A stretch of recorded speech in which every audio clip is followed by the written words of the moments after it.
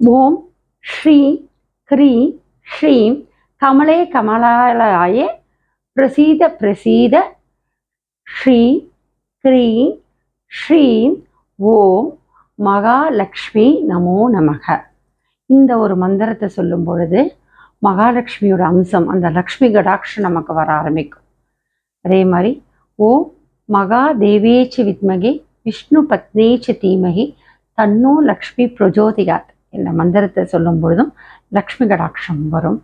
யாதேவி சர்வபூதேஷு லக்ஷ்மி ரூபேன சம்ஸ்திதா நமஸ்தஸ்யே நமோ நமகன்னு சொல்லுங்க. அதே போல மகாலட்சுமி அஷ்டகம் நமஸ்தேசு மகாமாயே ஸ்ரீபீடே சுரபூஜிதே சங்கு சக்கர கதாஸ்தே மகாலட்சுமி நமோஸ்துதே. இந்த வரிகள் சொல்லி தினமும் சொல்லிட்டு இருந்தாலே போதும், வீட்டில் மகாலட்சுமியோட கடாட்சம் வரும். குத்து விளக்கு பூஜை செய்யும் பொழுதும், பஞ்சமுக தீபம் ஏற்றும் போதும், காமாட்சி விளக்கு ஏதும் போதும், அதே போல லக்ஷ்மி கடாட்சம் வருவதற்காக 6 விளக்குகள், நடுவில் காமாட்சி விளக்கு, சுற்றி 5 அகல் விளக்குகள்.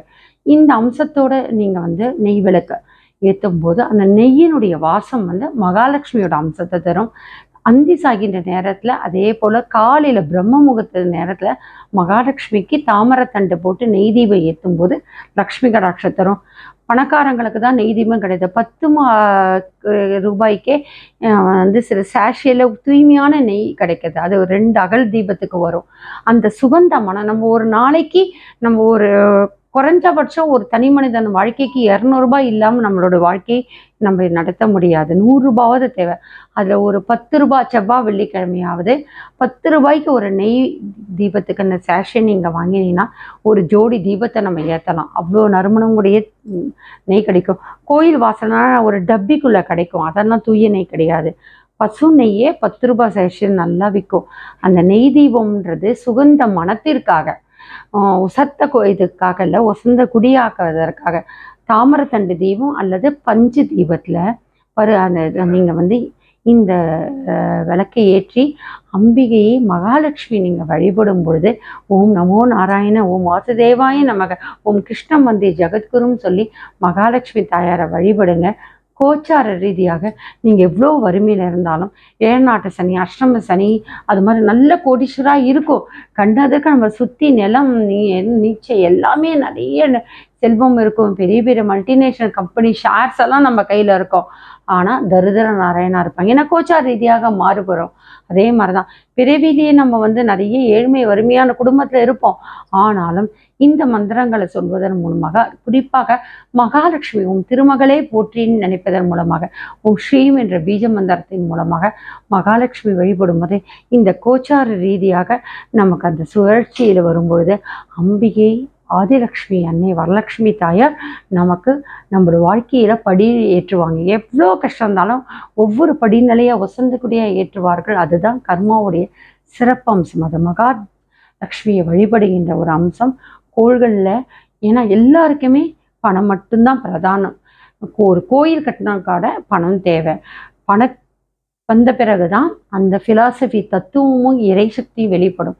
அந்த லக்ஷ்மி கடாட்சம் திருமகள் வேண்டும் என்று சொன்னால் கண்டிப்பாக மகாலட்சுமி வழிபட வேண்டும். அப்படி பண்ணும்போது கோச்சார் ரீதியாக வரும்போது புதனுடைய அமைப்பில், சுக்கிரனுடைய அமைப்பில் நல்ல நிலையாக நமக்கு அதனுடைய பலன் நமக்கு அந்த நேரம் கொடுப்பாங்க. எல்லாருக்குமே கோச்சார் ரீதி வரும். ஆனால் நம்ம கர்மாவை மாற்றலைல்ல.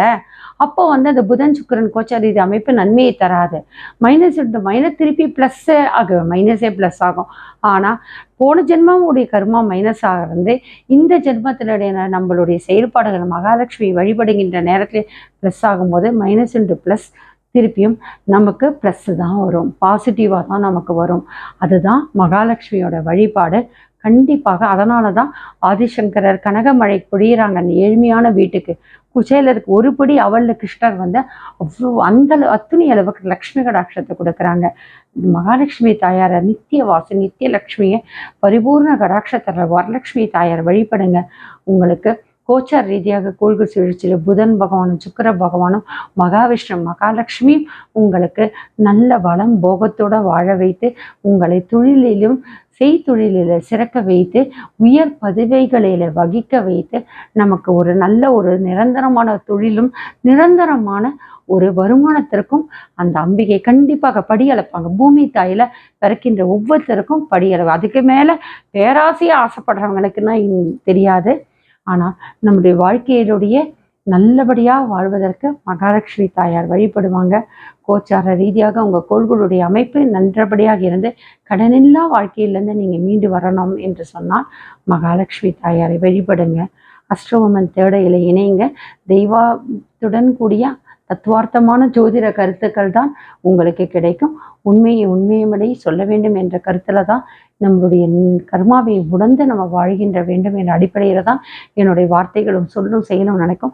புரியறதுக்கு கொஞ்சம் கஷ்டமா இருக்கணும், புரியறதுக்கும் தேவையற்றதா இருக்கும். ஆனால் கொஞ்சம் சிந்தித்து செயல்படும் போது நம்மளோட வாழ்க்கையில ஒவ்வொரு நிலையிலும் நமக்கு ஒரு வெற்றிப்படி தான். மீண்டும் ஒரு வாழ்க்கையில ஒரு வெற்றிப்படியை நோக்கி நம்ம முன்னேறுவோம். மீண்டும் ஒரு அஷ்டோமன் தேடையில் சந்திப்போம். அது வரைக்கும் மகாலட்சுமி தாயார், வரலட்சுமி தாயார் நமக்கு பரிபூர்ண கடாட்சத்தை நமக்கு தர வேண்டும். பாவங்களுடைய கருணை கடாட்சம் நம்மேல் என்றைக்கும் இருக்க வேண்டும் என்று சொல்லி மீண்டும் இணைவோம். ஓம் சக்தி. தென்னாடுடைய சிவனை போற்றி, எந்நாட்டவருக்கு இறைவா போற்றி. மகாலட்சுமி வழிபாட்டிற்கு சிவனுடைய வழிபாடு ரொம்ப முக்கியம். அதை பற்றிய ஒரு பதிவும் சிவன் வழிபாட்டின் மூலமாக மகாலட்சுமியுடைய தன்மை, மகாலட்சுமி கடாட்சத்தை, செல்வ தனதானிய பிராப்தி தன்மையை பற்றி நாம் மீண்டும் ஒரு பதிவிலை பார்க்க பெறும். அஷ்டோமன் தடையில் மீண்டும் உங்களை வரவேற்கிறேன். ஓம் சக்தி.